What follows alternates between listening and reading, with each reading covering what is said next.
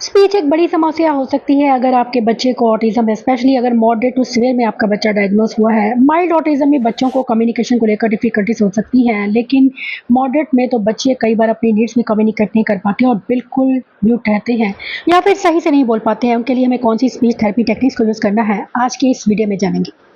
Autism में speech इतनी मुश्किल क्यों है? बच्चे क्यों नहीं बोल पाते हैं? और जो बोलते हैं वो भी सही से नहीं बोलते हैं।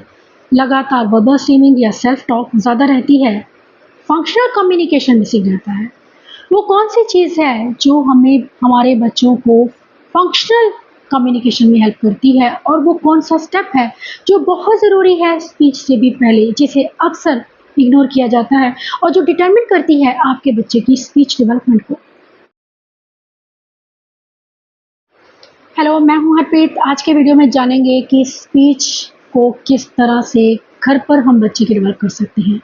वो कौन सी चीज़ है जो अक्सर स्पीच थेरेपी सेशंस में इग्नोर रहती है। लोग ज़्यादातर इस चीज़ को इग्नोर ही कर देते हैं। ये बहुत इंपॉर्टेंट चीज़ है। अगर ऑटिज्म एक्सपर्ट के पास आप जा रहे हैं किसी, तो आपको वो ज़रूर ये चीज़ बताएगा कि पैक्स क्या बच्चा करता है, पैक्स आपने स्टार्ट किया उसके साथ में, क्योंकि ये एक इम्पॉर्टेंट डेवलपमेंटल माइलस्टोन समझ लीजिए इसे, कि बच्चे में जब आप स्पीच चाहते हैं तो उससे पहले का स्टेप है बच्चे में कम्युनिकेशन स्किल्स को डेवलप करना।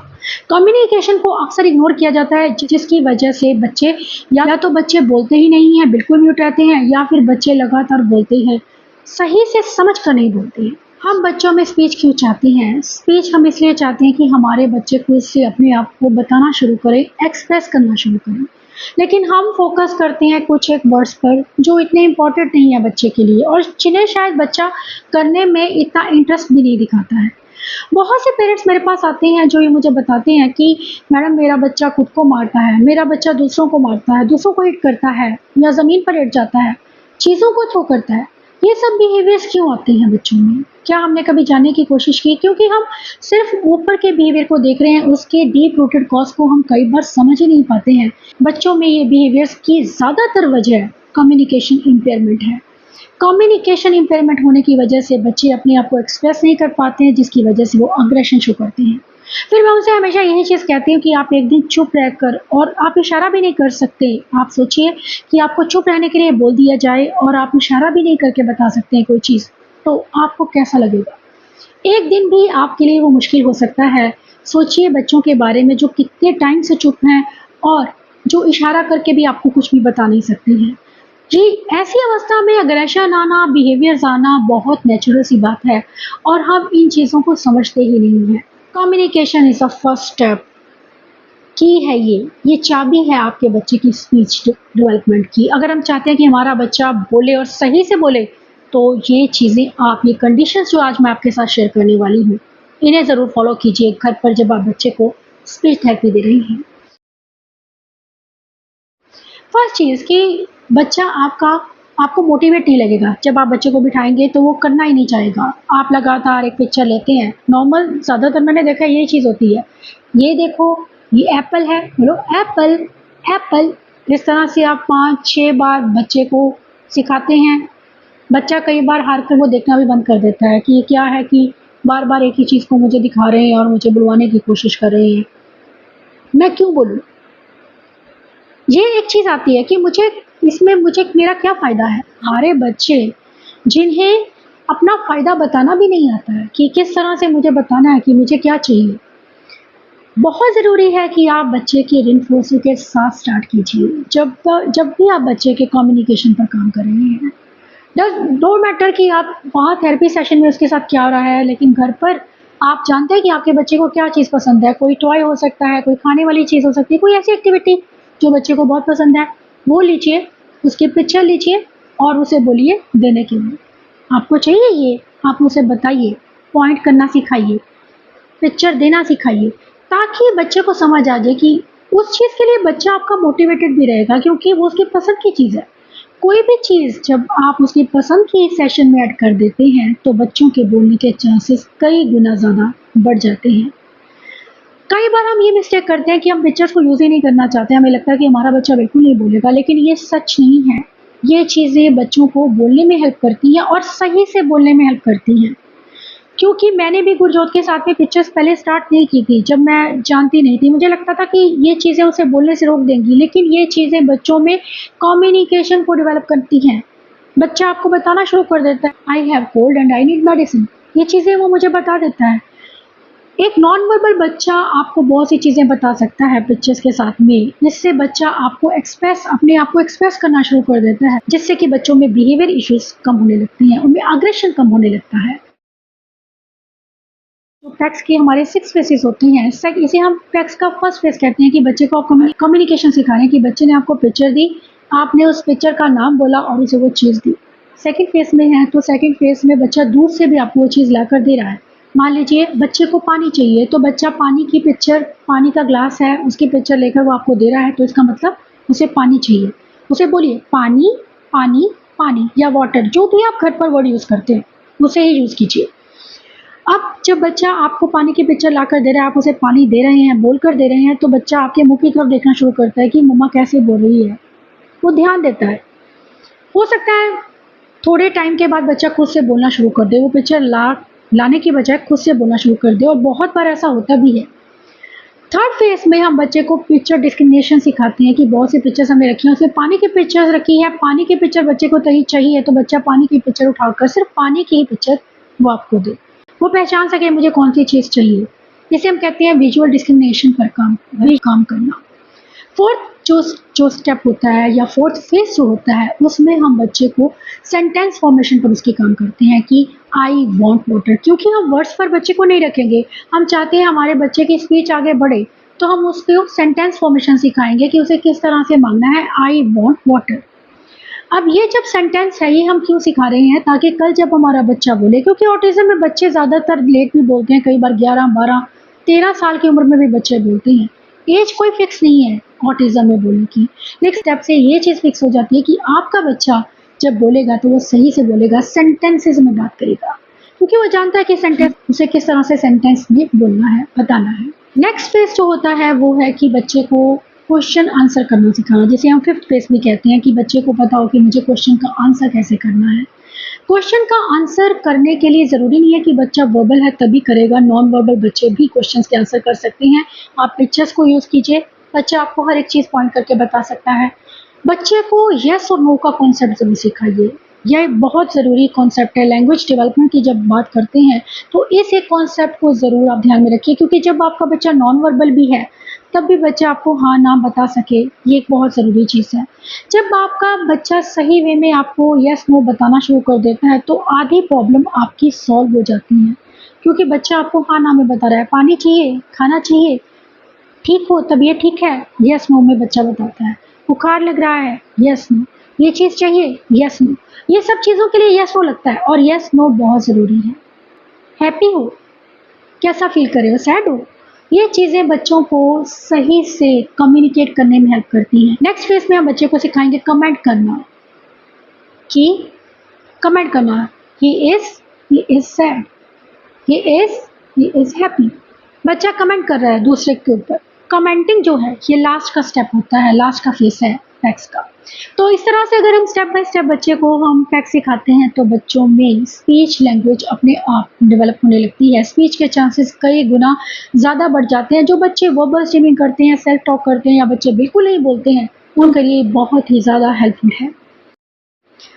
नेक्स्ट जो है चीज़ वो होती है स्पीच, कम्युनिकेशन का नेक्स्ट स्टेप। अब इस बारे में बात करना चाहूँगी, क्योंकि स्पीच जो है वो बहुत ज़रूरी है, बहुत ज़रूरी है स्पीच। हमें पूरी अपनी कोशिश कर देनी चाहिए बच्चे की स्पीच के लिए, क्योंकि स्पीच जब आ जाती है बच्चे में तो आपकी आधी प्रॉब्लम्स सॉल्व हो जाती हैं, आधी से ज़्यादा प्रॉब्लम सॉल्व हो जाती हैं, बच्चे की लाइफ ईजी हो जाती है, क्योंकि आपका बच्चा बोलने लगता है जब, तो वो सभी चीज़ें कहनी शुरू कर देता है। लेकिन उसके लिए बच्चे की इन सभी स्टेप्स को भी आप फॉलो करेंगे, उसको ये सभी कम्युनिकेशन स्ट्रेटेजीज भी सिखाएंगे ताकि बच्चा सही से बोले। अब बोलने के लिए बच्चे को सबसे पहले तो ओरल मोटर एक्सरसाइजेज ज़रूर करवाइए, जो बहुत ज़रूरी है बच्चे के लिए। ओरल मोटर एक्सरसाइजेज का मतलब है, क्योंकि ओरल मोटर बच्चों का डिसफंक्शन रहता है, जिस वजह से कई बार कुछ बिहेवियर इश्यूज़ भी बच्चों में होते हैं। उन बिहेवियर इश्यूज़ को कम करना, बच्चों को च्यूटिव और वाइब्रेशन देना ताकि वो बिहेवियर कम हो, जैसे कि च्यूइंग करना, चीज़ों को काटना, बाइट करना, या फिर मुँह में कुछ ना कुछ ले लेना, ये चीज़ें इन्हें हमें कम करना है। वाइब्रेशन के साथ में बच्चे को च्यू ट्यूब देकर इन बिहेवियर्स पर हम वर्क करेंगे और साथ ही हम बच्चों को ओरल मोटर एक्सरसाइजेज ज़रूर करवाएंगे, जैसे कि बच्चे को रोइंग और सकिंग करवाना। इसके साथ ही बच्चों को जा की, टीथ की, लिप्स की या टंग की मूवमेंट पर काम करना कि किस तरह से उसे ये एक्सरसाइजेज करनी है। जितना आप बच्चे को ये चीज़ें सिखाते हैं, आप इमिटेशन में सिखाइए, को बोलकर उसे करने के लिए बोलिए। आप कोई चीज़ यूज़ कर सकते हैं, जैसे आपने आसपास उसके मुंह के आसपास शहद लगाना या उसे च्यू ट्यूब देना या उसके वाइब्रेशन करना, उसके टैपिंग करना उसके फेस पे। ये चीज़ें बच्चों को बोलने में हेल्प करती हैं और बच्चों में साथ ही वर्बल स्टीमिंग को भी कम करती हैं और उनके ओरल मोटर डिस्फंक्शन को ठीक करने में हेल्प करती हैं। बच्चों को लगातार स्पीच एक्सरसाइजेज करवाने से बच्चों की टंग मूवमेंट, जॉ स्ट्रेंथ और लिप मूवमेंट इंप्रूव होती है, जो उन्हें स्पीच में हेल्प करती है। वन इज़ कि आप फेशियल मसाज बच्चे की कर सकते हैं। फेशियल मसाज से बच्चों की जो जॉ मसल्स हैं वो स्ट्रेंथन होती हैं। वो मजबूत होने से बच्चे के बोलने के चांसेस बढ़ते हैं, क्योंकि कई बार वीक मसल्स की वजह से कई बार बच्चे मुंह भी खुला रखते हैं, जिससे बच्चों में ड्रूलिंग की प्रॉब्लम आ सकती है और बच्चे की स्पीच कम हो सकती है। कुछ बच्चे पैसिफायर लेकर रखते हैं, उन्हें भी आप बिल्कुल अलग कर दीजिए। अगर आप देना है आपको तो च्यू ट्यूब बच्चे को दे सकते हैं, थोड़ी देर बच्चे को स्पीच के लिए दीजिए ताकि उसकी जो जॉ मसल्स हैं वो स्ट्रॉन्ग हो। इसके बाद जो दूसरी चीज़ हमें करनी है कि जब आप बच्चे को जब आप उसकी फेशियल मसाज करते हैं, उससे भी बच्चे काफ़ी रिलैक्स भी होते हैं, क्योंकि स्पीच जो है बच्चों के लिए मुश्किल काम हो सकता है। अगर आपके बच्चे को ऑटिज़म है तो हम बच्चे की फेशियल मसल को, उसके स्ट्रेस लेवल को रिलैक्स करेंगे ताकि बच्चा पूरी तरह से फोकस कर पाए, हमें देखे।